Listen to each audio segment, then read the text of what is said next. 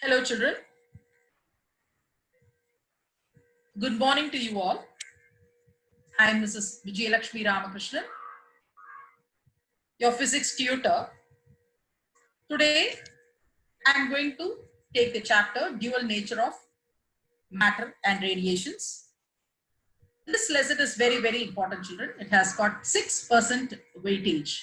Means you can expect at least three questions from this particular lesson. It is full of formulae. So we have actually concised everything in our revision notes. All the important formulae you'll have to learn. It's a very important lesson.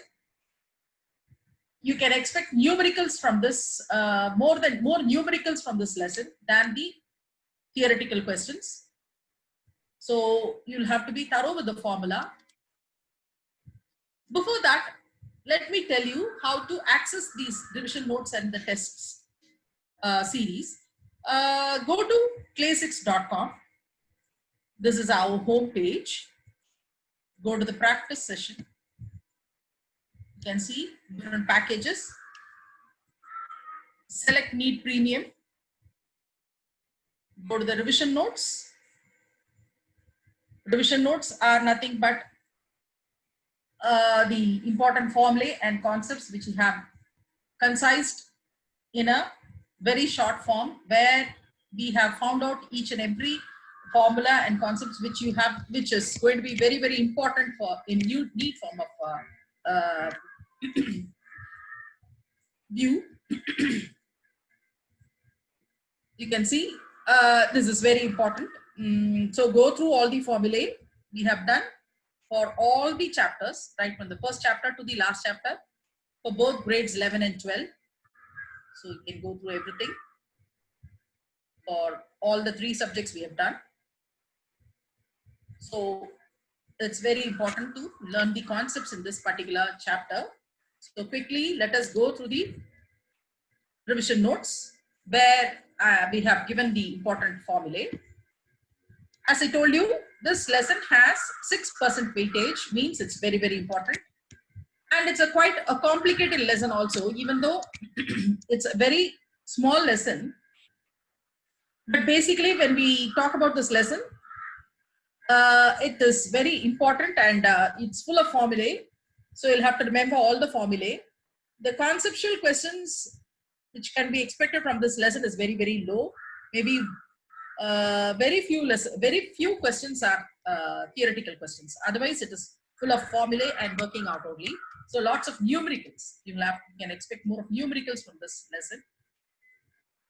So look into the first one, de Broglie wavelength lambda, which is equal to h by mv, where h stands for the Planck's constant, m the mass, and v the velocity, where m is equal to m0 by root of 1 minus v squared by c squared.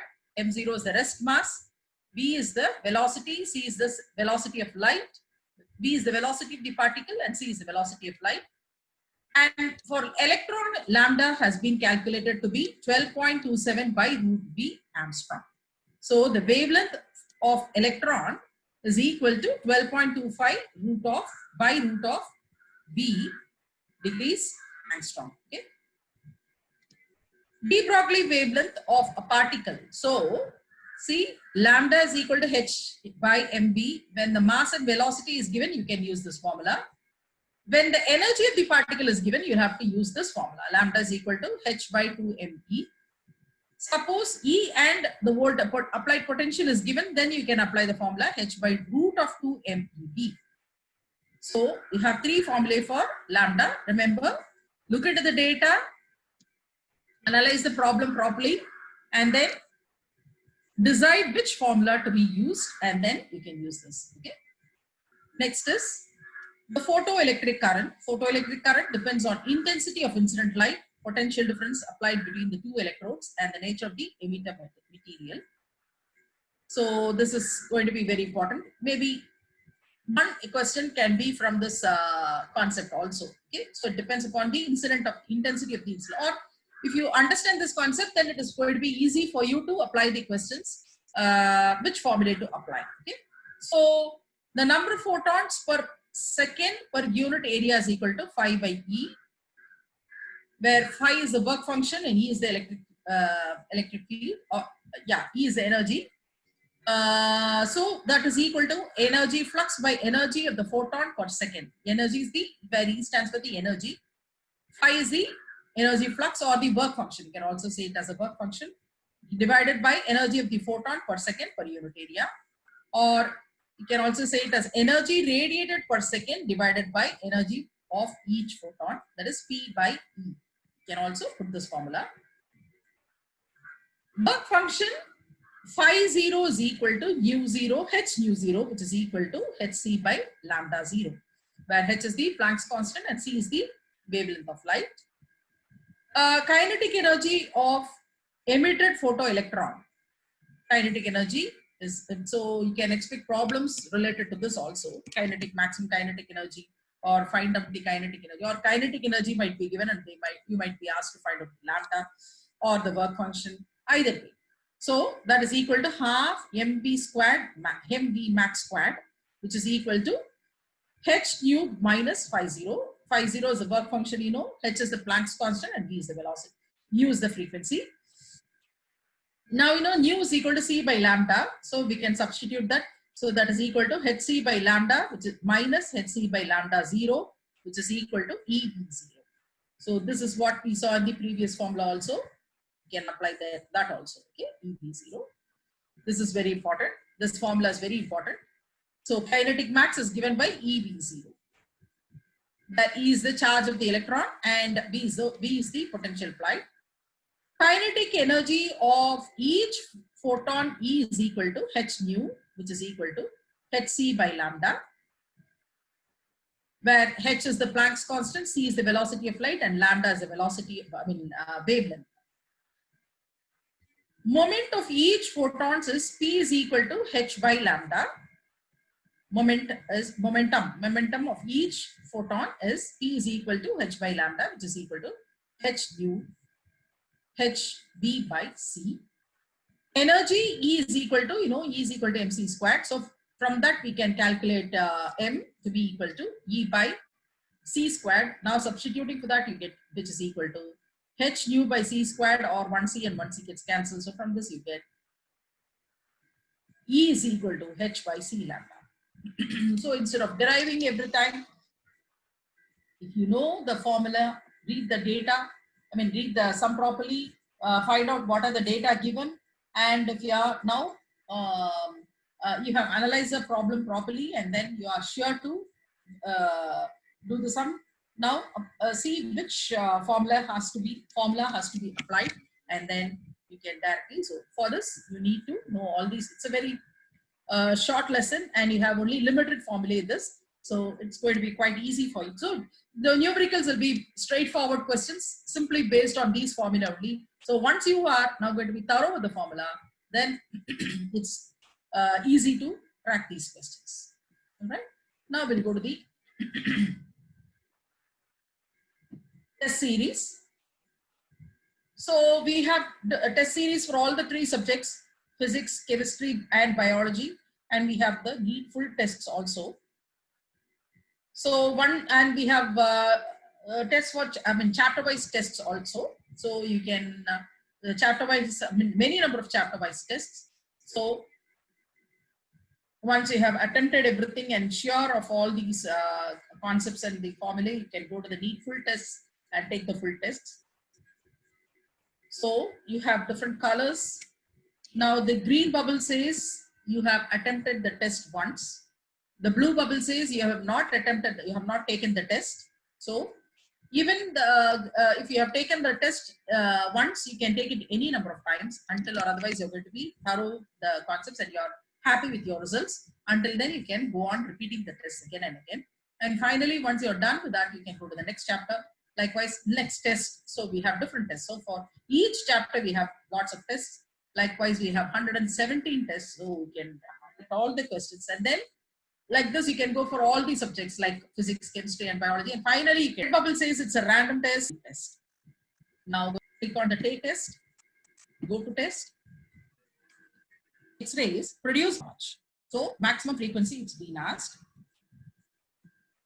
and the applied voltage is given as, potential applied is given as 30 kilovolts. So V is equal to 30 volts, and which is equal to, that can be written, sorry, 30 kilovolts. So that can be written as 3 into 10 to the power of 4 volts. Now the energy of the electron is E. So that is now going to be the energy of the electron.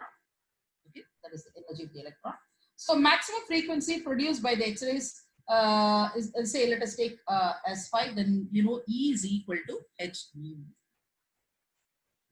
Where h is equal to the Planck's constant, h value you know is 6.626 into 10 to the power of minus 34 joules.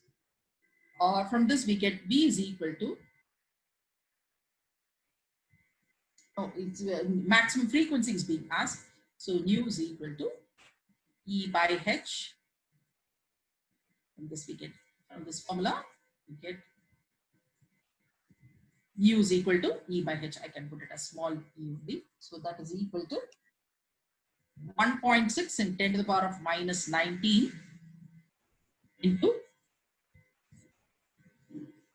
3 into 10 to the power of 4. That is the big E. Okay, this is E is now going to be E. I'm writing this. Okay. So divided by the Planck's constant, 6.626 into 10 to the power of minus 34.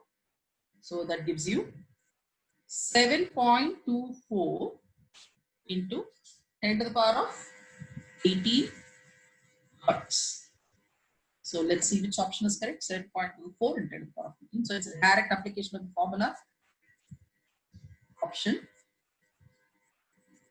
C is correct because all have the same thing, but look into the powers.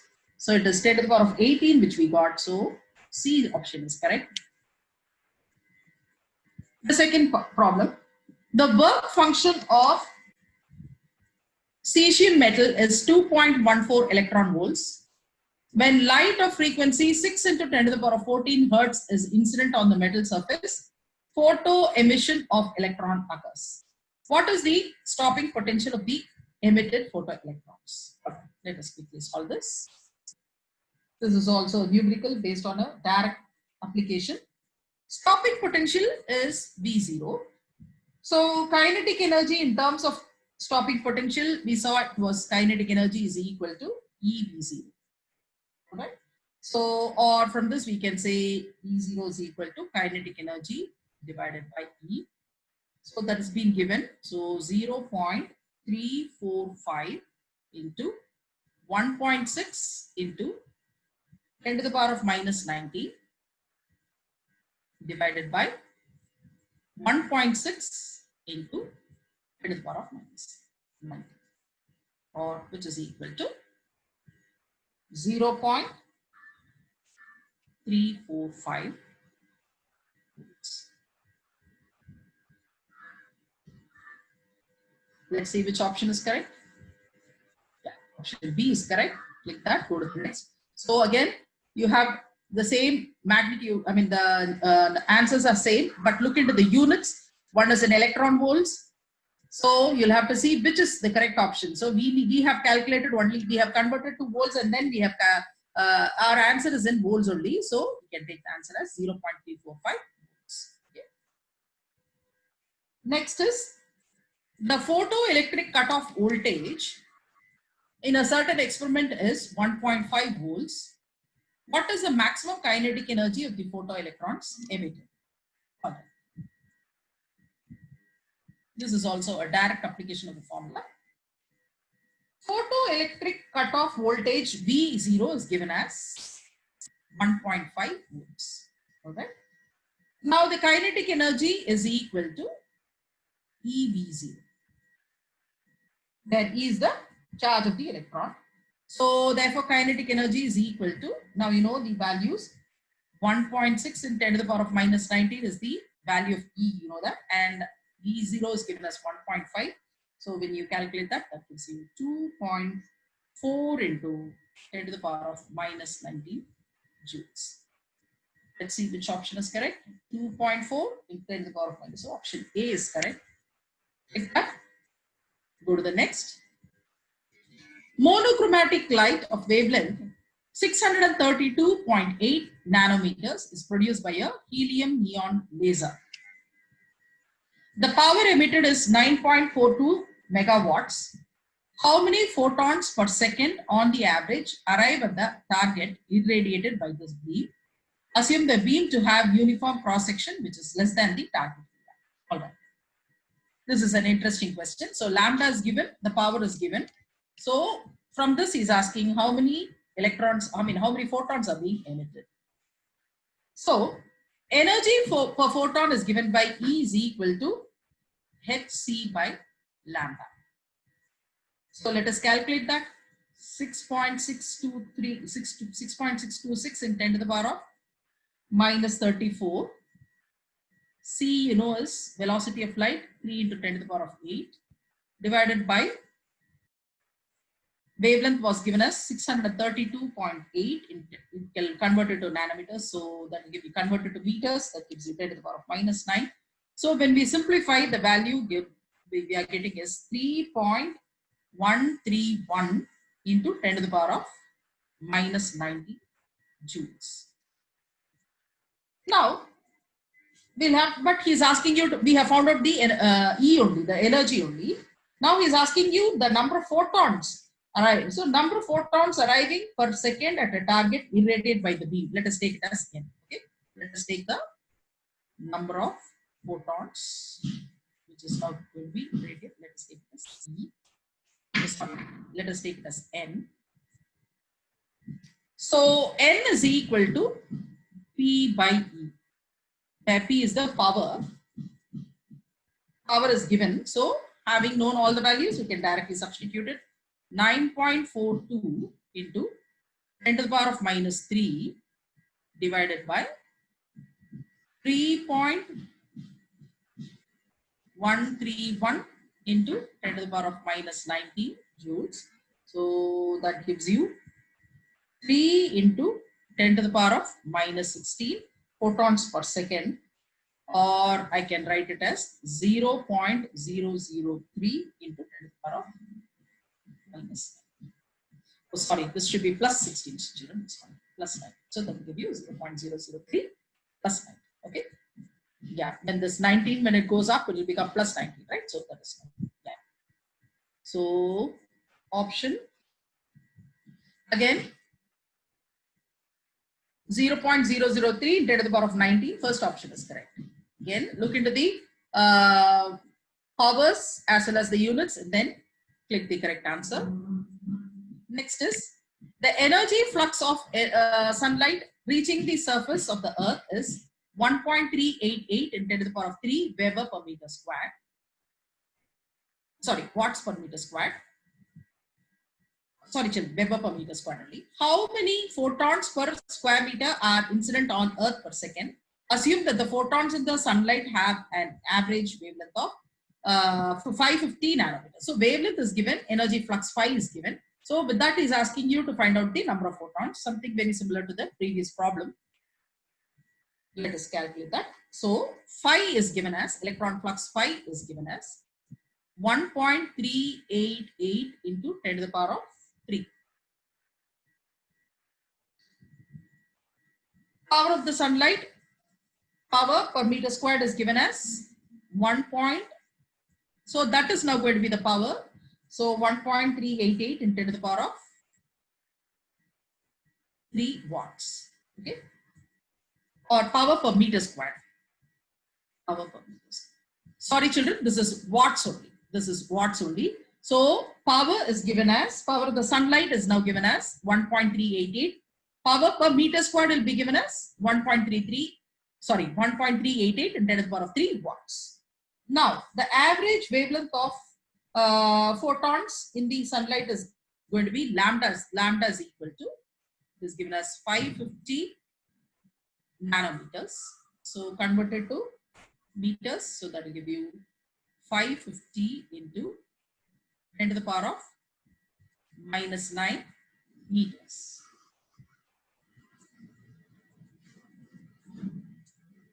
So P is equal to NE. We already saw that. Or N is equal to E by E. So now substitute, that is equal to, now we know E is equal to Hc by lambda. So I'll substitute in the place of E. So that will give you P lambda by Hc. Right? So now having known all the values, we can just substitute 1.388. P is going to be 1.388 10 to the power of 3 into lambda is 550 into 10 to the power of minus 9 divided by H, Planck's constant is 6.626 into 10 to the power of minus 34 into C is velocity of light 3 into 10 to the power of. So now we have known, we know all the values. Simplify, calculate, you can find the value to be 3.84 into 10 to the power of 21. Let's see which option is correct. Yeah, 20. Now look children, option A says 10 to the power of 20 and option D says 10 to the power of 21. So don't get confused. Look into the data. So we have found out 10 to the power of 21. So that option is correct. Calculate that. Go to the next. Save on that and then go to the next. Now coming to the sixth one. A 100 watts sodium lamp radiates energy uniformly in all directions. The lamp is located at the center of a large sphere that absorbs all the sodium light which is incident on it. The lambda of sodium lamp is given as 589 nanometers. At what rate are the photons delivered to the sphere? So it's a 100 watt sodium lamp. So that is now radiating the energy uniformly in all directions. Now the lamp is located at the center of a large sphere which absorbs all the sodium light. Okay? So the wavelength of sodium light is given and they are asking you what are the number of photons that is now being delivered. Okay? Let's calculate that.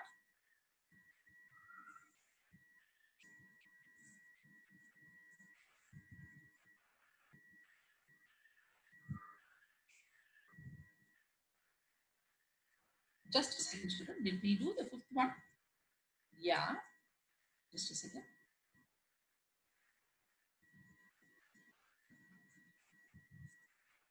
.8. Yeah. So coming to the sixth one. Yes. Let's calculate this. Here also we are going to use the same formula. E is equal to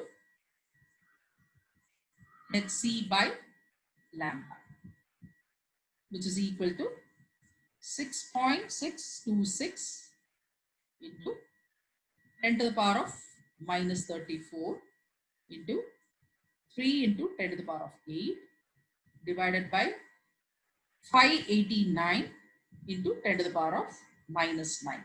The wavelength we have now converted to meters. So when we simplify this, the value we get is 3.37 into 10 to the power of minus 90 joules.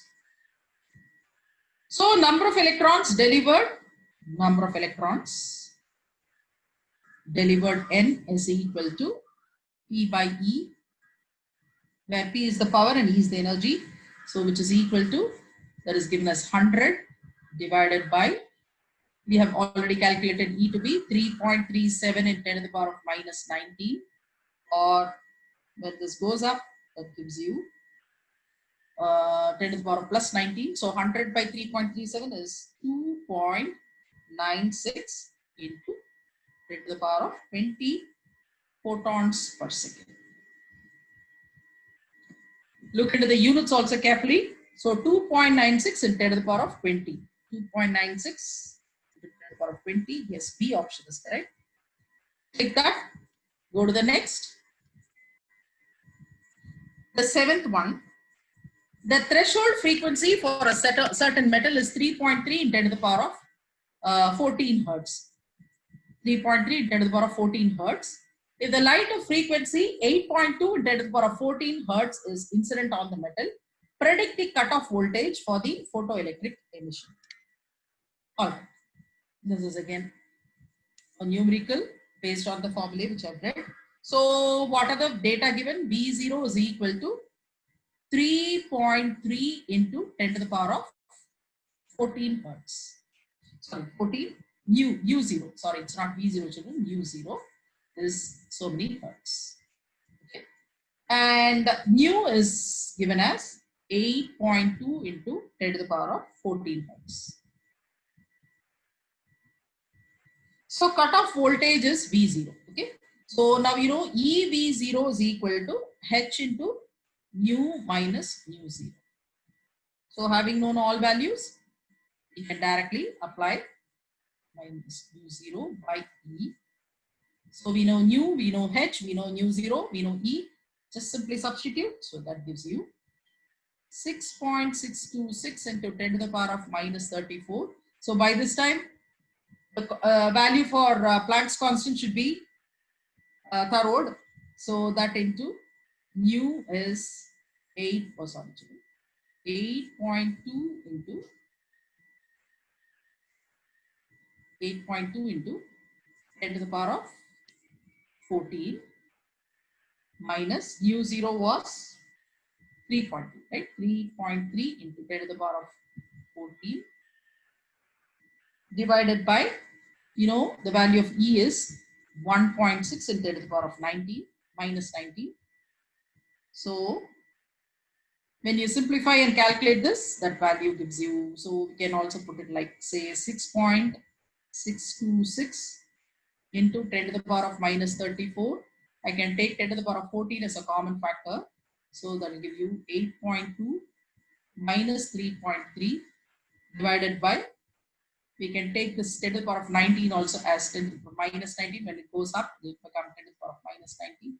So 1.6, which is nothing but 6.626 into, when we subtract this, that gives you 4.9 into 10 to the power of minus 34, that will give you minus 20 minus 39 divided by 1.6. So when we calculate this, simplify this and calculate and convert it to volts, that gives you 2.0292 volts. Okay. So let's see which option is correct. Yeah. So 2.2. So option D is correct. So it is not kilovolt. We have converted to volts. So it is 2.0292 volts. Okay. Yeah. Eighth one. The work function for a certain metal is 4.2 electron volts. Will this metal give photoelectric emission for incident radiation of wavelength 589 nanometers? You can expect these type of questions, children. Very, very important, children. So make sure how we are going to do it. Okay. Let's see how we are going to do this. Now look. 5 0 is equal to 4.2 electron volts. Lambda is given as 589 nanometers, or we can convert it to meters. 589 into 10 to the power of minus 9 meters. Now the energy E is given as hc by lambda, which is equal to 6.626 into 10 to the power of minus 34 into velocity of light is 3 to 10 to the power of 8, and lambda is given as 589 into 10 to the power of minus 9. So when I simplify this, that gives 3.33 into 10 to the power of so minus 34. When it goes, this goes up, so it will become 9. So when we calculate, that gives you 10 to the power of minus 9. Okay. Joules, so many joules divided by, so we have to convert it to volts, electron volts. So that divided by 1.6 into 10 to the power of minus 19. Okay. 10 to the power of minus 19. So that gives you, when we calculate this, that gives you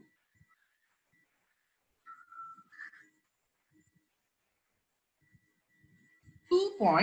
Oh, sorry, children, this is 19. So this will get cancelled. So when I divide this, I get it as 2.0 2.08 electron volts. So let's see which option is correct. 2.08 electron volts. So now you know the energy of the incident radiation is less than the work function. Okay, the work function is given as 4.2 electron volts, but we have got 2.08 electron volts. So that means the energy of the incident radiation is less than the work function. So no photoelectric emission will take place. So the answer is no. Go to the next. What is the de Broglie wavelength of a dust particle of mass 1 into 10 to the power of minus 9 kg drifting with a speed of 2.2 meters per second? So the drift velocity is given and the mass of the particle is given. So now let us quickly calculate this. We are going to use a different formula here. So not a different formula, like so the same one. From that we are now going to calculate lambda this time. Okay. All these way lambda was given and we were calculating the energy or the either way. Here we are now going to calculate the lambda. Now let us see. Mass is given as m is equal to 10 to the power of minus 9 kg. And V is given as 2.2 meters per second. All right. Lambda is equal to, you know that it is nothing but h by m. Now, since we know all the values, I'll take Planck's constant to be 6.6 into 10 to the power of minus 34. Okay. And mass is, divided by mass is 10 to the power of minus 9 and V is 2.2. So when I simplify this, I get the value to be 3 into approximately, yeah, it is 3 into 10 to the power of minus 25 meters. Let's see which option is correct. 3 into 10 to the power of minus 20. See, you've got two options. One says minus 28 and this is minus 25. So our option C is correct. So calculate, click on that. Save that, go to the next. The work function of the following metals are sodium 2.75 electron volts. K is equal to, for potassium, it is 2.3 electron volts. MO, molybdenum, is 4.17 electron volts and nickel 5.15 electron volts. Which of these metals will not give photoelectric emission for a radiation of wavelength 3300 degrees Armstrong, the photocell, from a helium cadmium laser placed 1 meter away from one. So we'll have to see the combination, which is not going to do. Now for this we need to calculate the work function. So we know, all right, let's do this. Okay. Lambda is given as 3300 degrees Armstrong. Now you know E is equal to HC by lambda, which is equal to 6.6 into 10 to the power of minus 34 into 3 into 10 to the power of 8 by, I'm going to convert this to meters. So 3300 into 10 to the power of minus 9.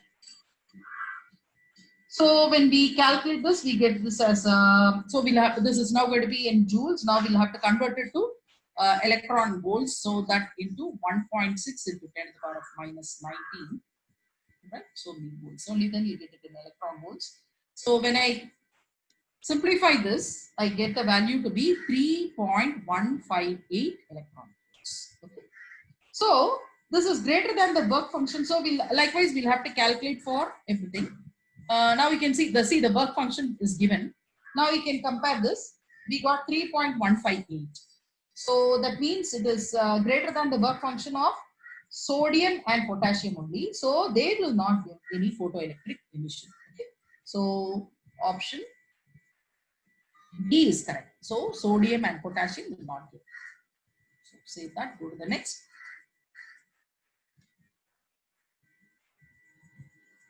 Compute the typical de Broglie wavelength of an electron, lambda, in a metal of 27 degrees Celsius and compare it with mean separation between two electrons in a metal, which is about to be, which is given to be about 2 into 10 to the power of minus 10 meters. This is an interesting question.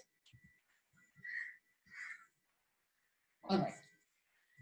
T is given as 27 degrees Celsius. Now I'll convert it to Kelvin.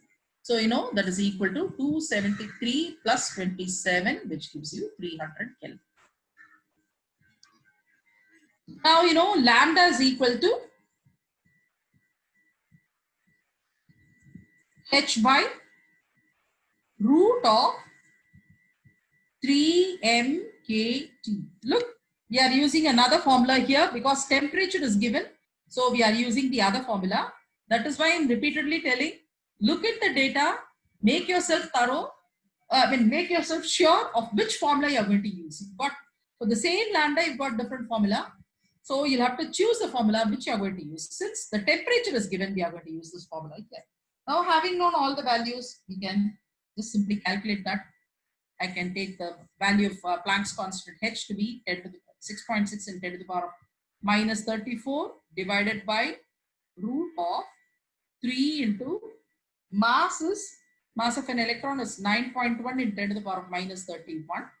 Okay, into K is given as 300. Sorry, T is 300 and kinetic energy is 1.38 into 10 to the power of minus 23. All right, into 300. T is 300. So when we simplify this, that gives you approximately 6.2 into 10 to the power of minus 9 meters. So lambda, he is asking you, compare it with the mean separation, which is about 2 into 10 to the power of minus 10. Okay. So we can now see from this value, lambda is greater than R. Okay. So 2 into 10 to the power of minus 10. But we got lambda to be 6.2 10 to the power of minus. So lambda is greater than R. So we can take lambda to be greater than R. Okay. Yeah. Save that. Go to the next.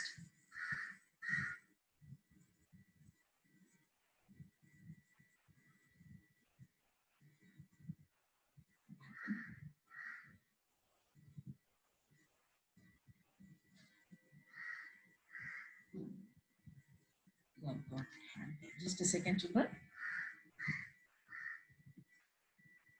Let me see. Yeah. The threshold frequency for a metallic surface corresponds to energy of 6.2 electron volts, and the stopping potential for a radiation incident on the surface is 5 volts. The incident radiation lies in which region? Ultraviolet region, infrared region, visible region, and the X-ray or the X-ray region. Let's see which option is correct. So let us quickly calculate this. So H nu 0 is equal to, it is given as 6.2 electron volts. Now EV0 is given as 5 electron volts. So now you know H nu is equal to H nu 0 plus EV0 plus the work function. So that gives you 6.2 plus 5, which is equal to 11.2 electron volts. All right. Now you know H.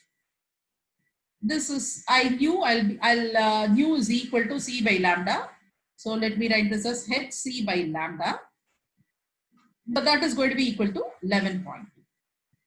Now we need to calculate lambda. So therefore lambda is equal to HC by 11.2. All right, HC by 11.2. So that gives you, having known all values, we can easily calculate now.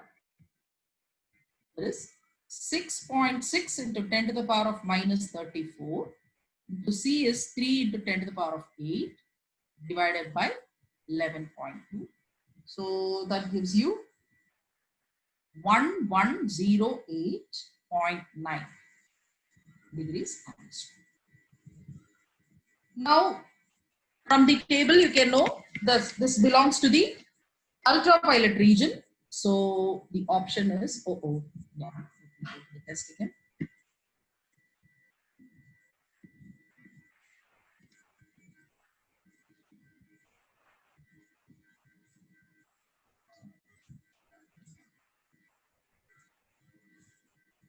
So that was the 12th question. Yeah.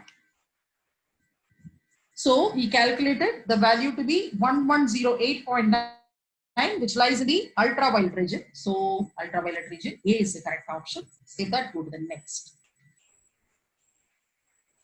Time taken by a photoelectron to come out after photons strikes is approximately what? Now, the photoelectric effect is an instantaneous phenomenon. Okay, so it is happening it's a very quick process, and so it is an instantaneous phenomenon. You can say that. So obviously, it will take very, very less time. So you can see that it is now going to be approximately, it will take 10 to the order of 10 to the power minus 10 seconds. So save that, go to the next. Which of the following radiations have the least wavelength? So obviously, we have studied in the electromagnetic waves. There also we have studied the spectrum. So you should, by this time, you should be thorough with the spectrum, the frequency and the wavelength range also. So from this we can calculate, obviously it is now going to least wavelength. So that which has the greatest, maximum frequency will have the least wavelength, right? So it is now, obviously it is the gamma rays. So click on that, go to the next. An X-ray tube operates on 30 kilovolts. The minimum wavelength required is how much? Let us solve this.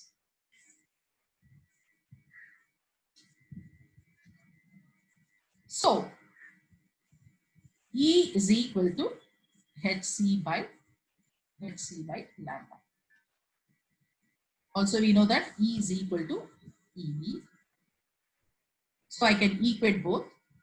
Let us take this as 1, this is 2. So, let me equate both. hc by lambda is equal to EV. Or from this, I get lambda to be equal to hc by EV. So that gives me, now you know the value of H, you know the value of C, you know the value of E and V. So using that, we can quickly calculate this. 6.6 into 10 to the power of minus 34 into C is 3 into 10 to the power of 8 divided by 1.6. E's value is 1.6 into 10 to the power of minus 19 into V is given as 30. Okay.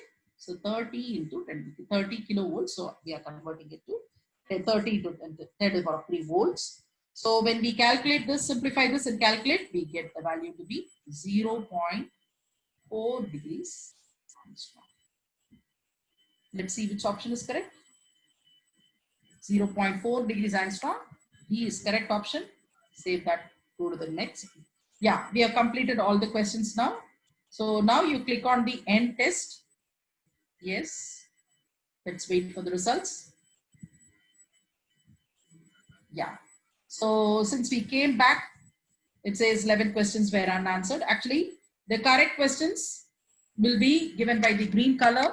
Unanswered questions will be given by the yellow color. And incorrect answer will be given by the red color. Suppose if you had gone wrong in any of the questions, you can as well click on that question. Say, for example, let us say if 10th question was wrong, then you can click on that question. So the correct answer says D. You can verify that. If you you need to get the explanation, you can scroll down and see the explanation part is also given here. So like this, you can go through the concepts, and whichever question you have gone wrong, you can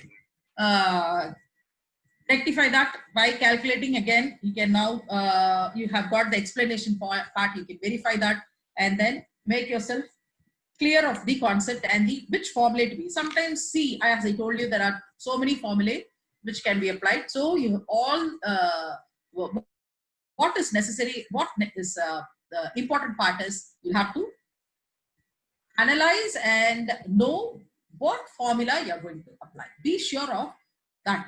That part is very, very important. So once, otherwise what happens is you'll be stuck halfway through. So that shouldn't happen. Go through the, go through the numericals. Otherwise it's going to be pretty easy.